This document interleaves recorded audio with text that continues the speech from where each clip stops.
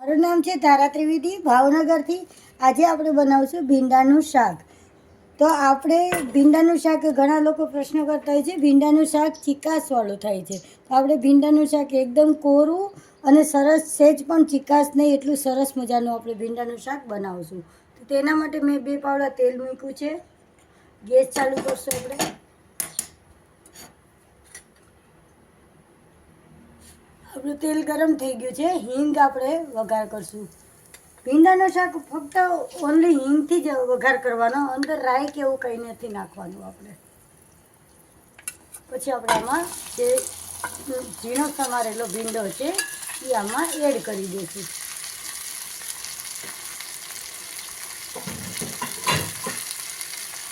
હવે આપણે આમાં સૌથી પહેલાં મીઠું અને હળદર જ એડ કરવાના છે. મરચું અત્યારે એડ કરવાનું નથી. મીઠું આપણા સ્વાદ પ્રમાણે નાખવાનું છે. હવે આપણે ધાણા જીરું પાવડર અને હળદર, લાલ મરચું આપણે બાકી રાખવાનું, થોડુંક ચડી જાય પછી જ આપણે લાલ મરચું એડ કરવાનું છે. ફક્ત મીઠું હળદરમાં જ આપણે શાકને પહેલાં ચડવા દેવાનું છે. અને તમે બિલકુલ ઢાંકો નહીં, એટલે આ ભીંડાનું શાક એકદમ સરસ અને કરકડું થશે.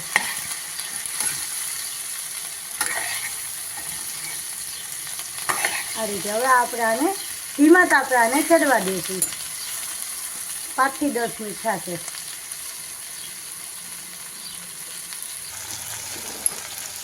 આપણે જોઈ શકીએ છીએ આપણું શાક એકદમ તૈયાર થઈ ગયું છે. મરચું એવું એડ કરશું.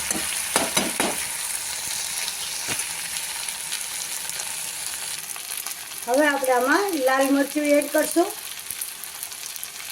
તમે જેવું તીખું ખાતા હોય એ પ્રમાણે તમારે લાલ મરચું નાખવાનું. ગેસ થોડોક ધીમો રાખશું. અને આપણે વાટેલું લસણ છે એ આમાં એડ કરશું, લસણની પેસ્ટ.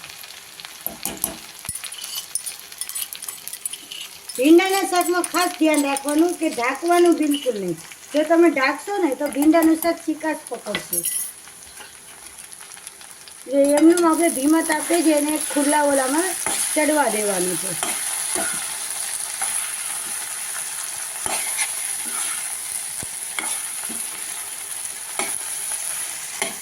મસાલો એડ કર્યા પછી આપણે પાછું આને 5 મિનિટ ચડવા દેવાનું છે.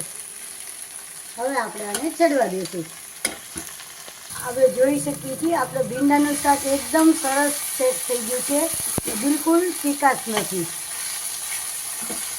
એકદમ સરસ મજાનો આપણો કરકડીયો ભીંડો તૈયાર થઈ ગયો છે. આ શાક છે તો આપણે બાળકોને બધાને ખૂબ જ પસંદ હોય. તો ચીકાશવાળા ભીંડાનું શાક છે ને બિલકુલ પસંદ નથી આવતું. આપણે ટિફિનમાં પણ બાળકોને લઈ જવું હોય તો ખૂબ જ મજા આવે છે ભીંડાનું.